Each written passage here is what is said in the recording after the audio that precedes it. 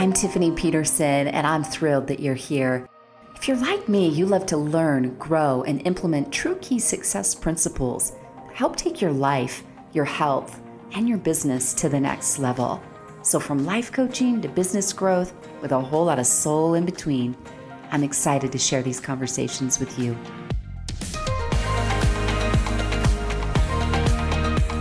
Oh, friends, you are in for such a treat today. I am so thrilled to have a dear friend, someone who deeply inspires me. We connected several years ago and have crossed paths several times since. He's been a past guest on the show and Gratitude Series, and he has an upcoming book, Protect Your Peace. My dear friend, Trent Shelton, is joining us here today, and I'm so excited to have this rich conversation with him, and what a blessing it will be to all of us as we're part of this. My friend, thank you for making the time. I know you have such a full schedule. So excited that you're here. Oh, thanks for having me, Tiffany. I mean, you're a light, which you know, and so I appreciate you just for giving me the opportunity to just shine my light, and thank you for having me. Like, I had to make time for this one, so I really appreciate you. So glad you're here. So this is your third book, friends. He's the author of a book called Straight Up, the author of the book, The Greatest You. He's well known for Rehab Time. Trent Shelton, former NFL player, and now just incredible inspirational speaker and influencer for good. You just are regularly, thank you for that. But you and your light, my friend, you're just regularly like changing so many people's lives, including my own. So welcome back. And let's talk about this book and why this book, right? I loved years ago, I heard you say this phrase, protect your peace. And I was like, oh, that's soul goodness. Like, that's soul food right there, because it's so true. And it led me to think more, to be more intentional about protecting my peace. But let's talk about why this book for this season, where this desire, this dream, and this knowing that you needed to write this book come from. Yeah, man, I've been wanting to write this book forever. Like, I wanted to write this book before I wrote The Greatest You. It's just that I wasn't in the season to write it, and I didn't have the clarity. And I had to go through moments, which I went through a lot of moments over the past 10 years, even the past 3 years, that brought me to understanding why peace is the most important thing that we can have. And when we look into the world right now, the world is noisy. It's a beautiful place because everybody has outlets to give information. Everybody can share their voice. But on the flip side, it's a lot of that. It's a lot of noise, a lot of information. It's just chaotic at times. And so I wanted to help people learn what I discovered in my life, that breaking it down simply is, don't let the things outside of you control the calm inside you. And I had to learn that lesson many times in my life, because it's not the internal things that stop us. It's the outside things that we allow to get inside of ourselves. So with this social media world of billions of people, with so many people having opinions and things going on, it's like, man, how can I protect my peace? How can I stay calm? How can I dive into my deeper self despite all these things going on? So that's why I wanted to write this book. I'm so glad you did, because to your point, when you just said that, like, the most valuable thing that we can have is peace. I was on a coaching call yesterday with a group of people, and I asked them to all identify what's the one core thing you want to feel more of in your life right now. And so it was just like from multiple people all weighing in on that chat box and sharing was peace. It's this thing, right? Like, peace is the real flex, maybe, right? Like, how much peace do you actually have? Because there's all the ways that, to your point, the world is noisy, and the way that shows up, and how much this is such an important piece. And that is the subtitle of your book, is 9 Unapologetic Principles for Thriving in a Chaotic World. And so let's talk about wherever you want to go first, but what are ways, or how are ways that you protect your peace, or what helps you get grounded? Like, what's kind of your strategy that helps Trent, live this message? Yeah. So and that was the thing about the book that was so hard, because there's so many different ways, whether it's me out in nature, whether it's me taking the sunrise or sunset, whether it's me being very intentional with those that I love, doing what I love. Like, there's so many ways to protect your peace. And so I broke this book down into 3 sections. The first section is protect your energy, which is very, very important. Protecting your energy from the things that drain it. The second section is protecting your mind from the things that disturb it. And the last section is protecting your soul from the things that don't fulfill it.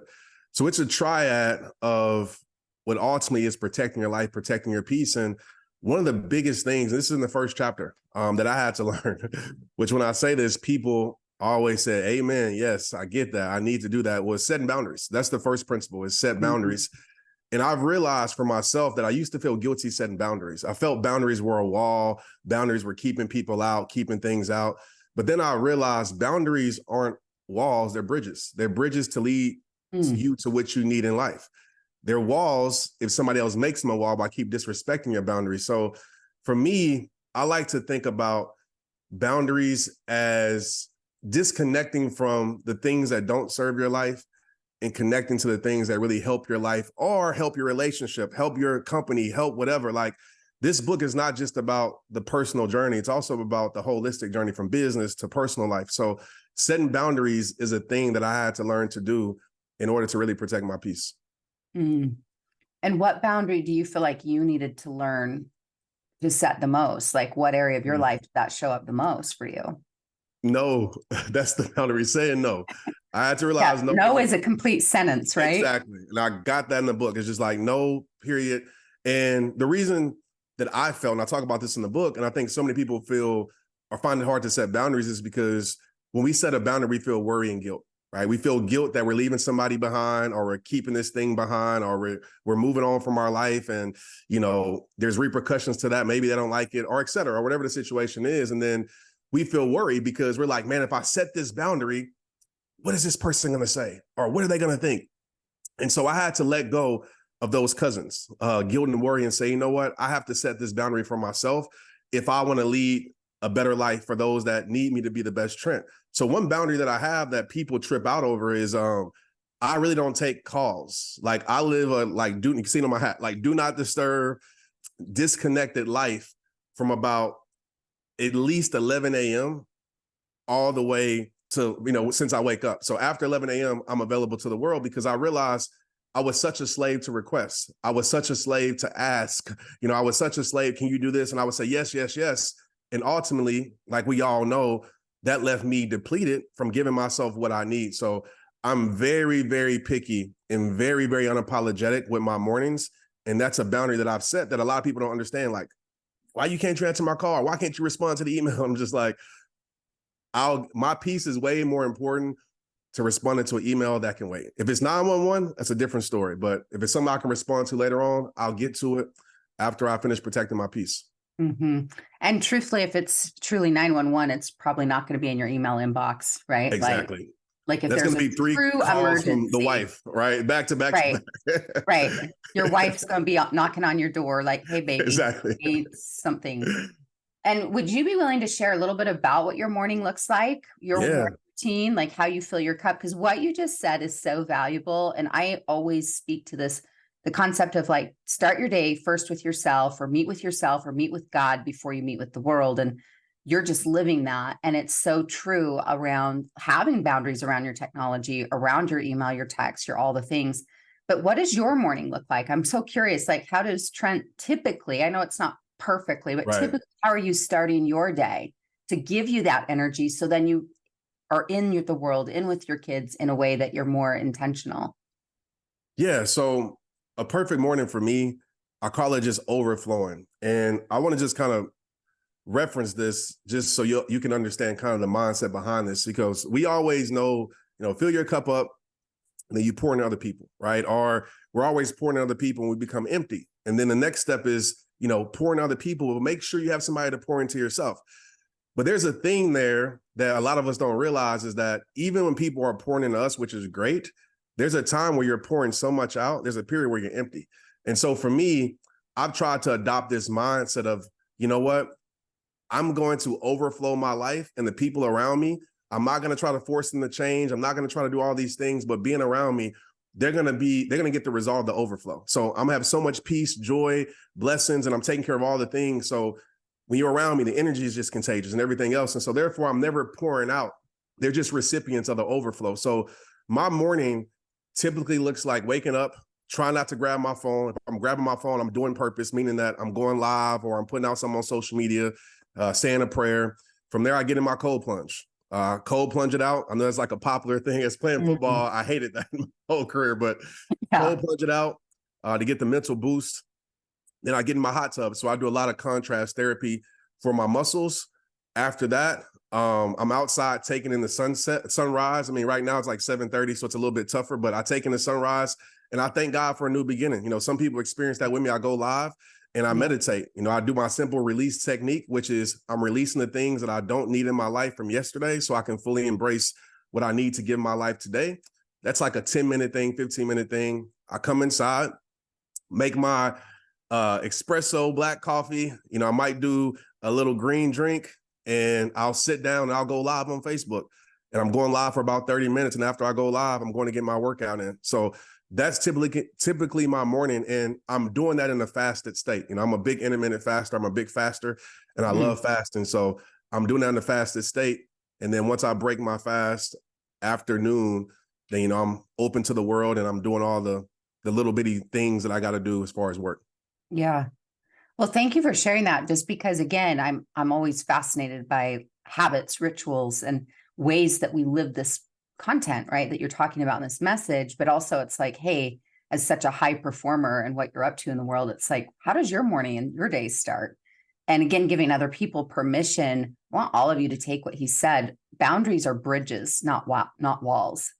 It's like, I need to have boundaries around showing up for myself because you're worth that, loves, every one of you listening. And it's also, yes, then the natural byproduct is the other people you do life with get the best you when you've taken time to invest in yourself and to manage and protect that energy.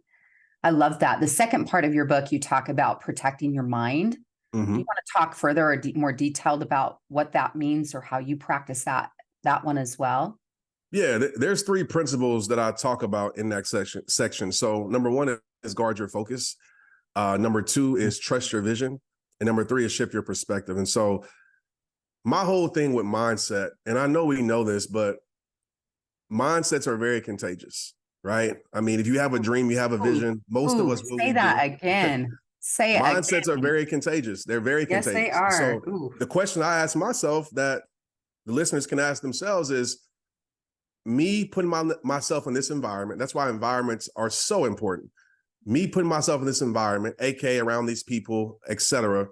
Do I want to catch what they have? And so what I mean by that is that, do I want to catch the mindset that they have? And so I'm trying to put my life around people I want to be like, or I want to be influenced by, or can help me grow. Their mindset is just on the same track of where I'm going.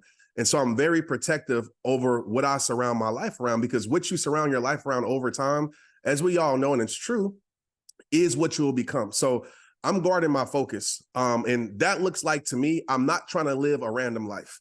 I think living a random life will get you random things. So I'm very intentional with my focus.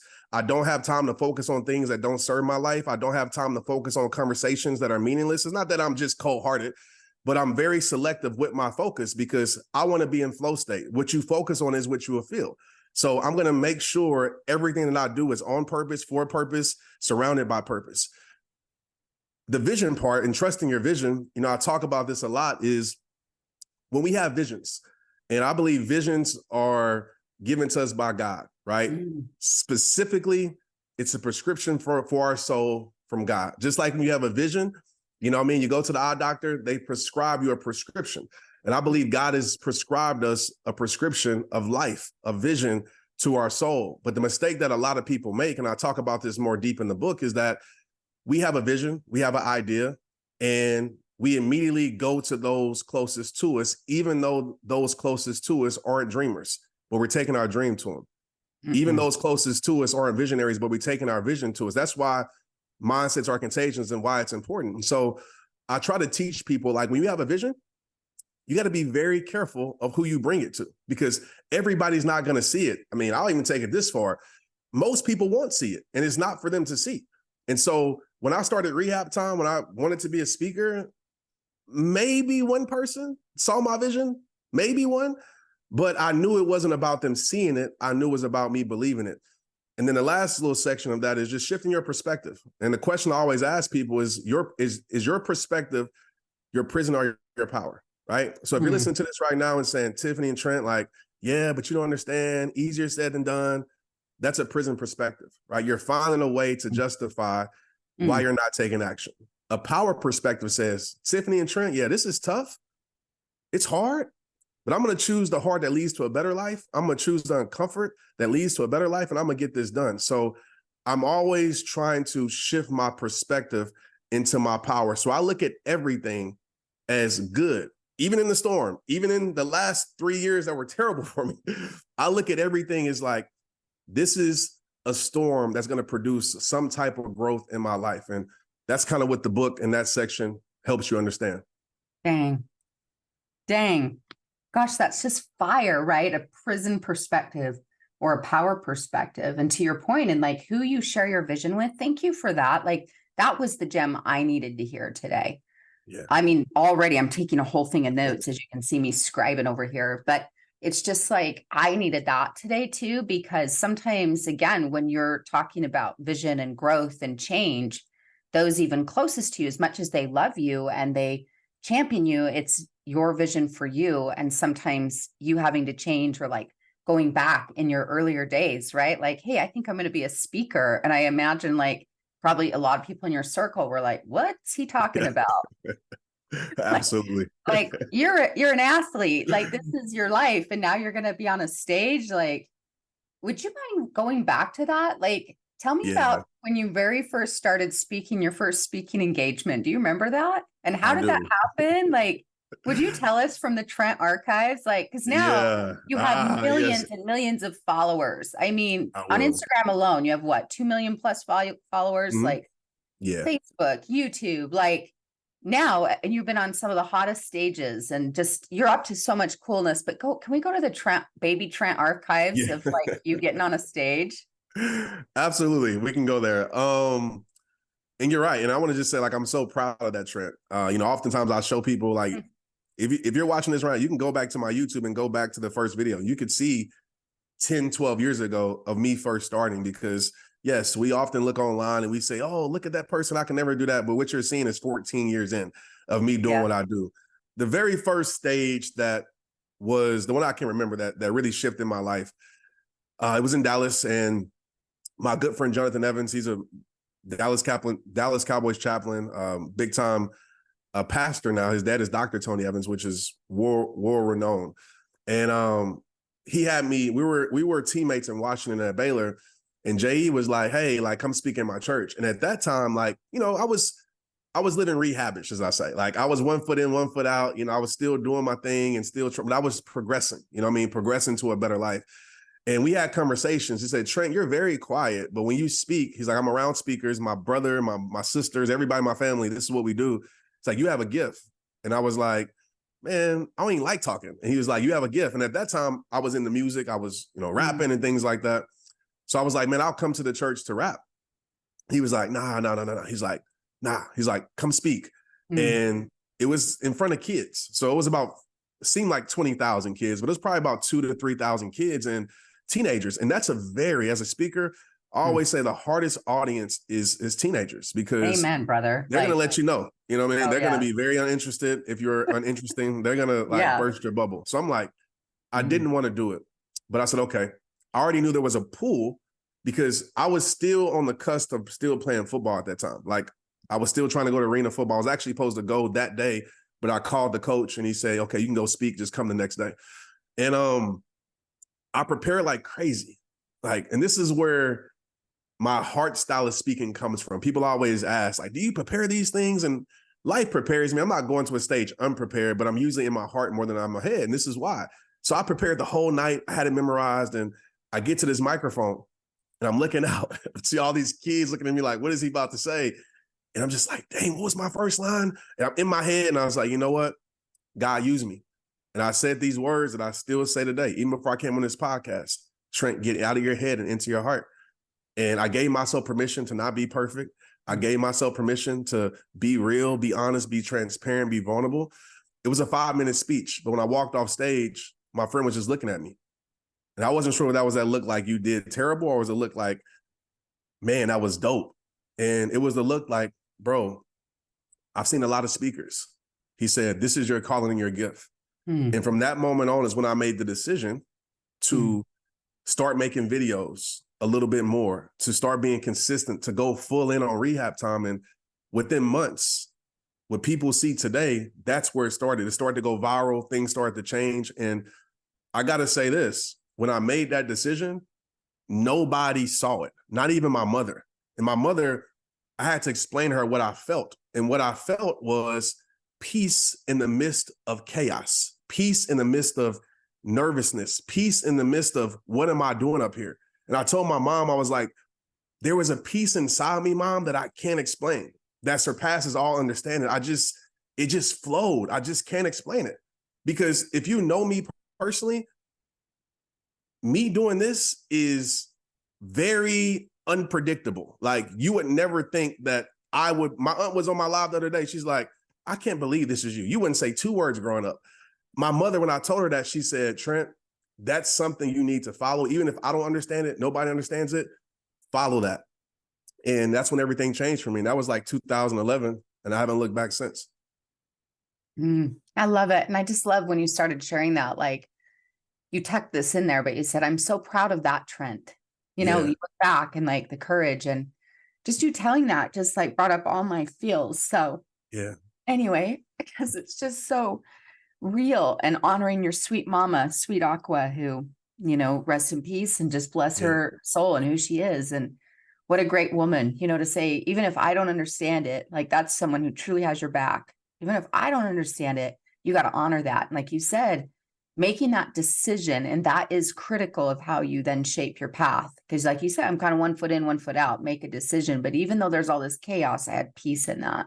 That's In right. the midst, and how we have discernment, right? Peace, of how that inner peace is really, which leads us into this third section of your book, if you'd elaborate too, is, you know, protect your soul, is like that inner sanctuary, whether you call that your soul, Holy Spirit, your God voice, your heart, but that inner, very sacred sanctuary is where, like, that peace and that knowing, and we have that. But I'd love for you to share that part. I know this is the third part of your book, and if you elaborate on that too, protect your soul.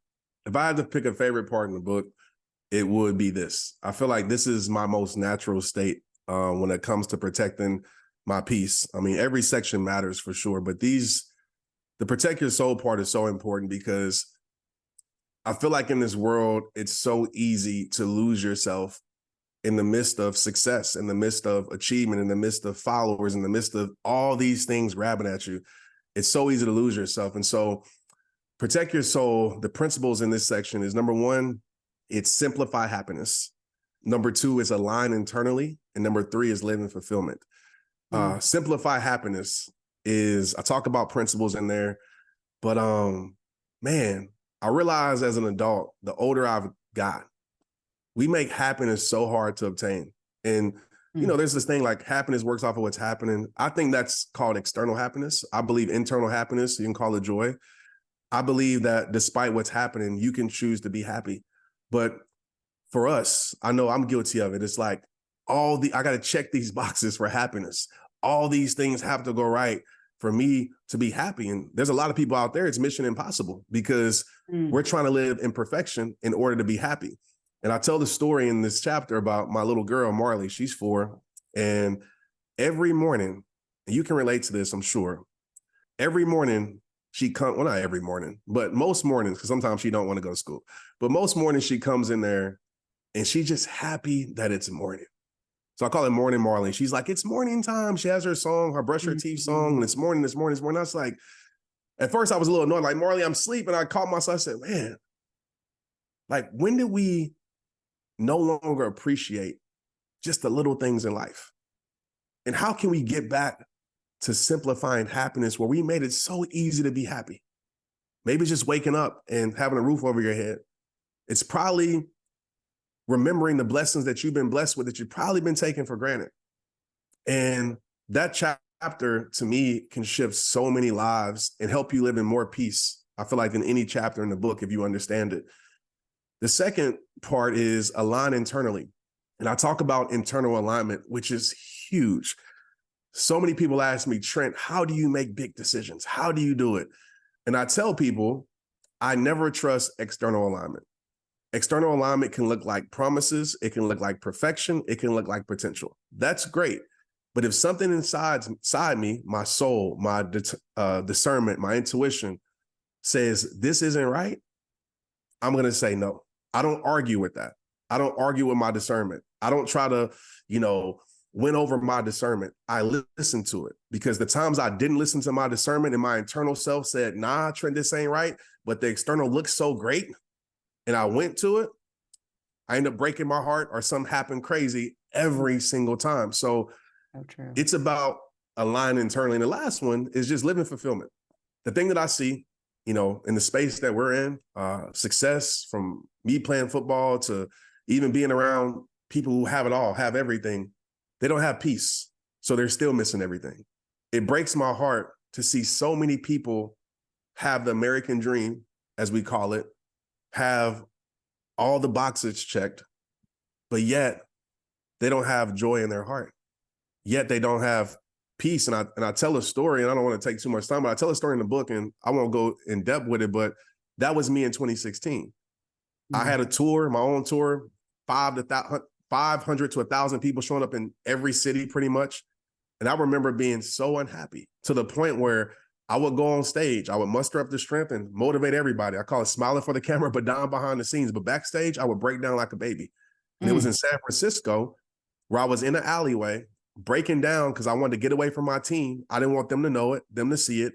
And I ran across a man who was homeless, and I felt guilty, and I wanted to give him some money. And he says, I don't need that. And I'm not going to go into the whole story, but basically he told me, don't feel sorry for me. I feel sorry for you, because I see your name on the marquee. I know you're the guy everybody here is here to see, but you look sad. You look empty. You don't look fulfilled. You have everything that means nothing because you don't have peace. And that shifted everything for me. So I said, peace will be the priority in my life from here on out. Mm. Oh my gosh, so good. Friend, I feel so like this conversation, even though, again, it's for our whole community, it's probably you're feeling the same, friend, if you're listening to this, that I feel like it's just blessed me so much. And thank you for writing this book. Of course, we'll link it in the show notes, but y'all, I think you've been well fed already, that it's like, hey, this isn't easy. Like, order that book, Amazon, Protect Your Peace by Trent Shelton. Get yourself a copy of that. Give it out to everyone at the holidays or their birthdays and gifts and so forth. It's one of those. I've known this gentleman for several years, and it's just such a joy to be connected to you and all the good that you're up to in the world. And thank you for how you show up. And as we wrap up today, is there any last thought on your heart or that you want to share that's real or up for you? I'd love for you to share that.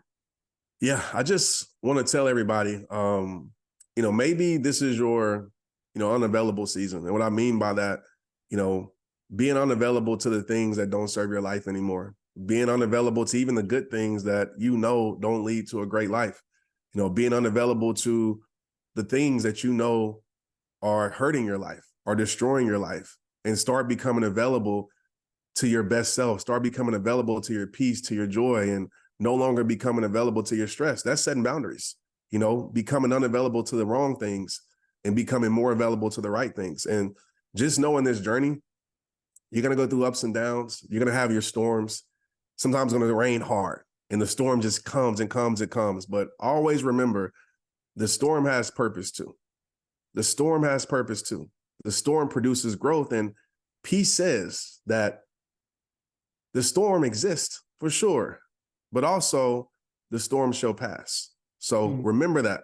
The storm shall pass, and everything you're going through, I believe, will soon turn into everything you made it through. So keep going.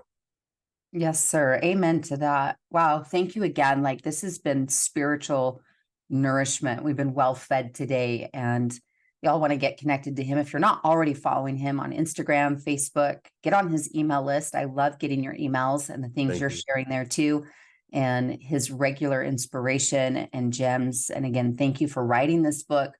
I'd heard you speak to some elements of Protect Your Peace before, but I'm so glad you put it in one place, and just so thrilled for you, friend, and all the good that you're creating. You're truly a blessing. And I just put my biggest heart behind a prayer for you and blessing you as all that you get to navigate, and that's in your life too, as you're navigating this season, and so much growth and goodness and all that comes with that too. So thank you again. It's been such a treat to have you here. Y'all, protect your peace. Grab yourself a copy. That's what I'm reading as well. So myself, I'm right in the middle of that, of ordering my pre-order copy too, and have that on its way. So Anyway, thank you so much, my friend. Thank you, Tiffany. I appreciate you. Keep going. Hey loves, thanks so much for tuning in today. I hope today's show had great gems, insights, and resonance with you. I would love to stay connected. I invite you to head on over to Apple Podcasts. Go ahead and click subscribe there to the show so you can be first alerted when new content, new episodes go live. While you're there, I'd love for you to rate and review the show as well. Your feedback is fuel for me in the process of creating and continuing this platform. So go ahead and leave your feedback there, and I will read through those comments and take that in. I'd also love to stay connected and in conversation with you on social media. You can find me on Instagram, Facebook, or LinkedIn, whichever is your favorite platform, and let's have some conversation about today's show. And if today's show really spoke to you and feel like it could be a blessing to someone else, of course, feel free to share that on your social media networks as well. I'm a big fan of us as a community sharing great content and conversation that inspires and lifts all of us. Thanks again for tuning in, and I look forward to staying connected with you.